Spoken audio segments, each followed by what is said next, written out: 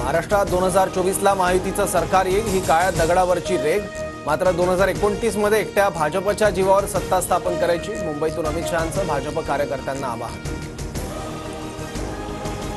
मोदी सरकार आता कुबड्या घेऊन सत्तेत, भाजप महाराष्ट्रात 10 ते 15 वर्ष सत्तेत दिसणार नाही। शहांच्या भाजप बैठकीतील वक्तव्यानंतर वडेट्टीवारांची प्रतिक्रिया। महाराष्ट्राची राजकीय भौगोलिक परिस्थिती वेगळी, एका पक्षावर सरकार येऊ शकत नाही। 1985 पासून महाराष्ट्रात एकाच पक्षाचं सरकार कधीच आलं नाही। शहांच्या वक्तव्यानंतर अजितदारांची प्रतिक्रिया।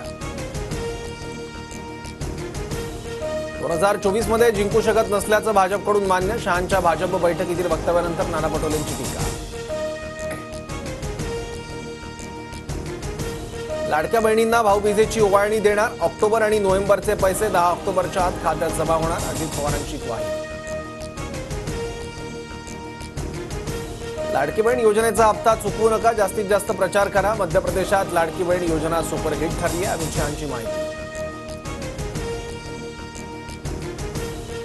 मुकेश अंबानी आणि मुख्यमंत्री शिंदेंची रात्री 1 वाजता वर्षा निवासस्थानी भेट। रात्री 10 वाजता मुकेश अंबानी आणि उद्धव ठाकरेंचीही भेट। केंद्र आणि राज्यातलं सरकार उद्योगपतींचं त्यांच्या घरी उद्योगपतीच जाणार। शिंदे आणि मुकेश अंबानींच्या भेटीनंतर नाना पटोलेंची टीका। पूर आणि भूस्खलनामुळे बाधित राज्यांना केंद्र सरकारकडून आर्थिक आणि लॉजिस्टिक मदत, महाराष्ट्राला सर्वाधिक 1492 कोटींचा निधी।